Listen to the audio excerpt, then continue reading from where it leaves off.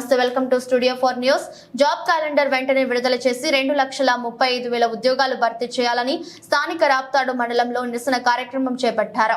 ఈ సందర్భంగా ఎన్ఎస్యుఐ జిల్లా నాయకులు మంజునాథ్ మాట్లాడుతూ, అన్న వస్తున్నాడు, మంచి రోజులు వస్తున్నాయని చెప్పమని చెప్పండి అని చెప్పి గద్దెనెక్కిన జగన్మోహన్ రెడ్డి ప్రతిపక్షంలో ఉన్నప్పుడు అధికారంలోకి రాగానే ప్రతి సంవత్సరం ఉద్యోగ ప్రకటనలో భాగంగా ఉద్యోగాల భర్తీకి జాబ్ క్యాలెండర్ విడుదల చేస్తామని చెప్పి అందులో భాగంగా 2,35,000 ఉద్యోగాల భర్తీకి నోటిఫికేషన్ విడుదల చేస్తామని చెప్పడం జరిగింది.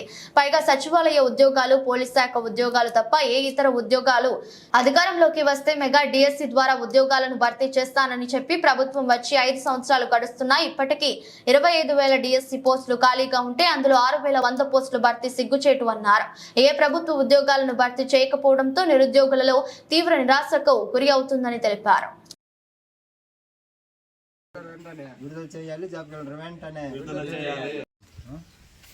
రాష్ట్ర ముఖ్యమంత్రి జగన్మోహన్ రెడ్డి ప్రతిపక్షంలో ఉన్నప్పుడు ఎన్నికల సమయ ప్రచారంలో ఏటా జాబ్ క్యాలెండర్ విడుదల చేస్తానని జనవరి 1వ తేదీ విడుదల చేస్తానన్న జాబ్ క్యాలెండరు జనవరి 5వ తేదీ వస్తున్నా కూడా జాబ్ క్యాలెండర్ను పట్టించుకోని పరిస్థితి వచ్చింది. వెంటనే 2,35,000 ఉద్యోగాలు భర్తీ చేయాలని డిమాండ్ చేస్తామని, లేని పక్షంలో పెద్ద ఎత్తున ఉద్యమాలు చేస్తామని సందర్భంగా తెలియజేస్తున్నాం. విడుదల చేయాలి, జాబ్ క్యాలెండర్ వెంటనే. విడుదల చేయాలి, జాబ్ క్యాలెండర్ వెంటనే. విడుదల చేయాలి, జాబ్ క్యాలెండర్ వెంటనే.